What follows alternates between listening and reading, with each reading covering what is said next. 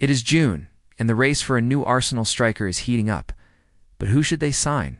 Sesko or Gyokeres? That is what we'll be discussing today on this special edition of Tactical. This is more than just rumors. I've been waiting to make this video for a while because it's been one of the biggest debates in our group chat. And now that we're starting to get closer and closer to a resolution, I think it's time that we talk about it. So let me introduce you to our Tactical channel. I'm here. And in this channel, we look at everything to do with the beautiful game through a tactical lens. So if you enjoy this kind of analysis, then please consider leaving a like and subscribing. So guys, without further ado, let's jump straight into it. Do you already know? Arsenal are in desperate need of a new striker. They lack that cutting edge in those big games. And even though Jesus and Nketiah have done a decent job, neither of them can truly be relied upon to consistently score in these kinds of matches. Plus, they don't quite fit into the style that Arteta is trying to implement.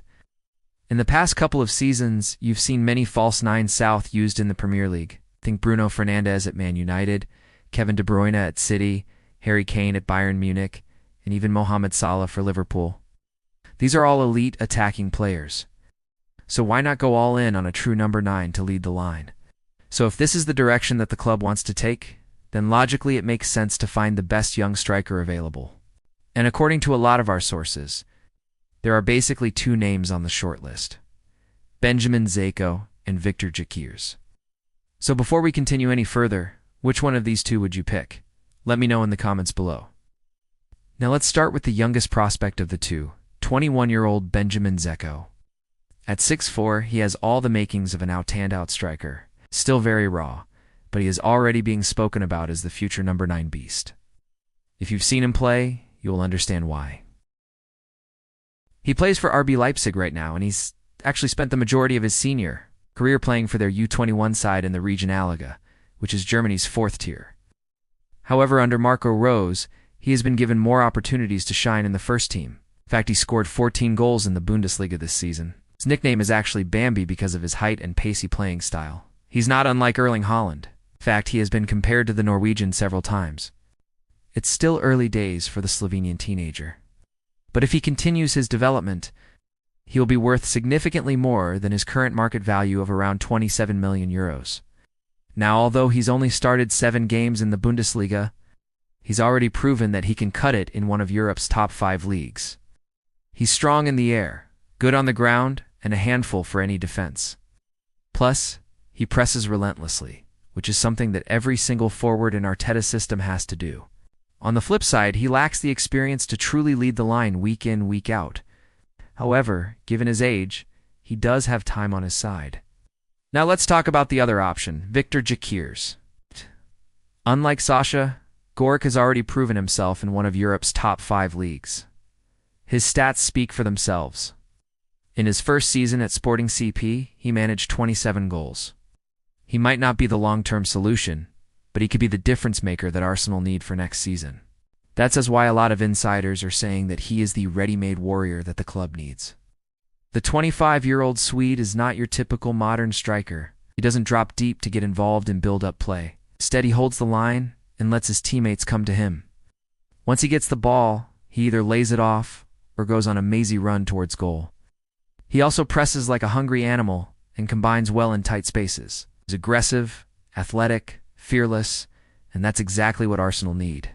Yes, he might not be the long-term solution, but he will get better as the years go by. But in the meantime, he can lead the line like a proper fox in the box. Personally speaking, I feel that both of these two have what it takes to become a world-class striker. But it all depends on how they develop over the next few years. Šeško is the safer option. He's got so much potential and upside, but he needs time to grow and mature. Gyokeres, on the other hand, is more of a ready-made solution. He's at his peak right now, and he's going to cost less in terms of wages and add more up front in terms of goals. Plus, he can be deployed in the number 10 role as well. And finally, he's got European experience. This is one of the main reasons why he's currently being favored. So it really comes down to what Arsenal want. Do they want a long-term project, or someone who can make an immediate impact? Now, in terms of the tactical aspect of things, both players will fit into Arteta's system. Sesko is a great off-ball mover with a great work rate and pressing ability. He will cause problems for any backline. However, he's not the best when it comes to link-up play. This is something that he can improve on with experience. Playing alongside the likes of Odegaard and Saka will definitely help his development. Gyokeres, on the other hand, will be a handful for any defense. He's an aggressive ball carrier and presser who combines well in tight spaces and adds directness to the attack.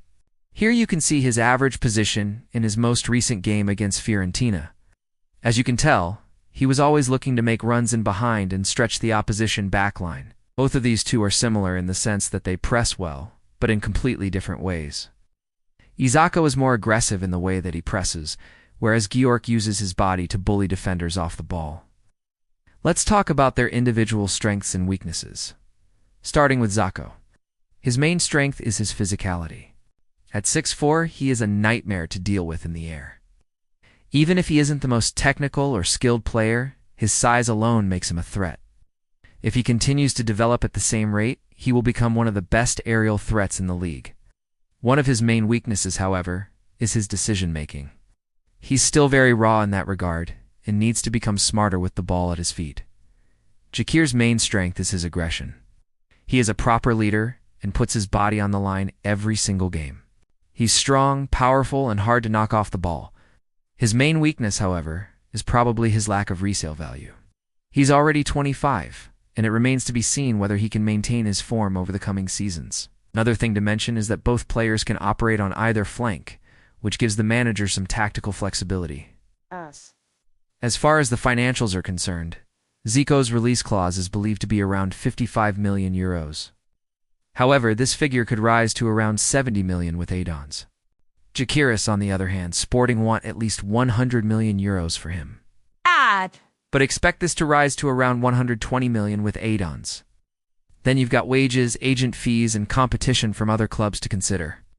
At the end of the day, it all boils down to what Arsenal want. Do they want the long-term gem with the higher ceiling, or the instant starter who can help them win the title immediately? This is such a tough call. Both players have their own strengths and weaknesses, and either one of them could be the missing piece of the jigsaw. We'd love to know your thoughts on this, so let us know who you'd pick in the comments below. Just a quick message from the host.